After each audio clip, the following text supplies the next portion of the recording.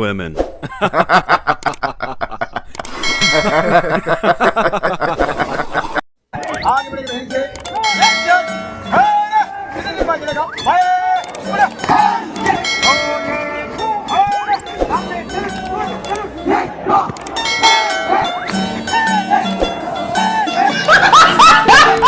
நமக்கு எப்படி எப்படி நமக்கு எப்படி கல்யாணம்?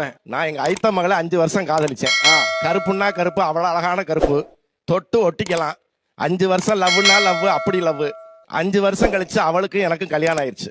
அவளுக்கு வேற புருஷன், எனக்கு வேற பொண்டாட்டி.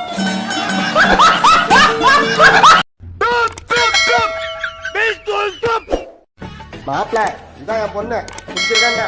அது என்ன பொண்ணோட அம்மாவா? நல்லா இருக்காயா? Ha ha ha ha!